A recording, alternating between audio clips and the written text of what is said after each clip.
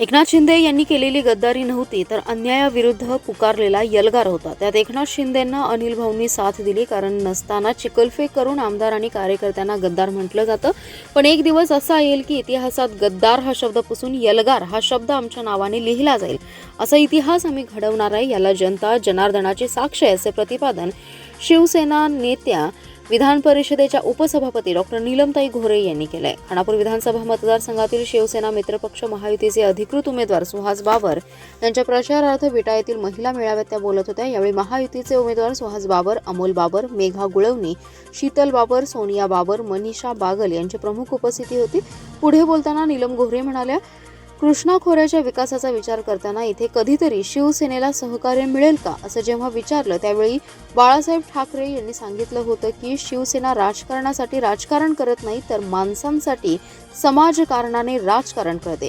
त्यामुळेच पाण्यामध्ये कुठलंही राजकारण नाही आणि विरोधक टीका करतात, परंतु ती लोक अशी आहेत की उद्या ती चुकून स्वर्गात पोहोचली तर छत्रपती शिवाजी महाराज जरी त्यांना आशीर्वाद द्यायला आसनावरून उठले तरी ती लोक स्वतः शिवाजी महाराजांच्या आसनावर जाऊन बसतील, अशी स्वार्थी लोक या समाजामध्ये आहेत।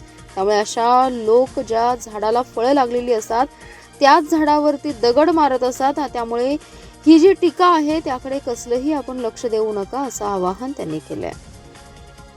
सगळे तर तो शब्द नसून मी तर असं म्हणेन की ही गद्दारी नव्हती तर अन्यायाविरुद्धचा तो एल्गार होता, की जो एल्गार एकनाथ शिंदे यांनी स्वीकारला आणि त्याला भाऊंनी साथ दिली। त्यामुळे आजचा मी या ठिकाणी छत्रपती शिवरायांच्या समोर इथे जरूर सांगते की एक दिवस असा येईल इतिहासामध्ये की आज चांगलं काम करणाऱ्या या सगळ्या आमच्या आमदार बंधूंवरती, कार्यकर्त्यांवरती हा जो कारण नसताना चिखलफेक करून गद्दार गद्दार गद्दारचा दोषा चालवलेला आहे, तर इतिहास तो घडवणार आहे आम्ही की ज्या इतिहासामध्ये हा गद्दार शब्द पुसून एल्गार हा शब्द आमच्या नावाने लिहिला जाईल, याची मला जनता जनार्दनांच्या बरोबरीने साक्ष आहे। कारण सारखे लोकांच्या बरोबर मतभेद करत बसायचे, दिशाभूल करायची। अरे तुम्हाला 7 ठिकाणच्या आमच्या लोकसभेला जागा निवडून आल्या आणि तुमची 1 निवडून आली, तर ज्या 8 निवडून आल्या तर एकाने कमी असलं म्हणजे तो लगेच गद्दार होतो का? जनमताने सुद्धा त्याच्यावरती शिक्का टाकलेला आहे, जनमताच्या मध्ये। आणि आमचं वय किती आहे?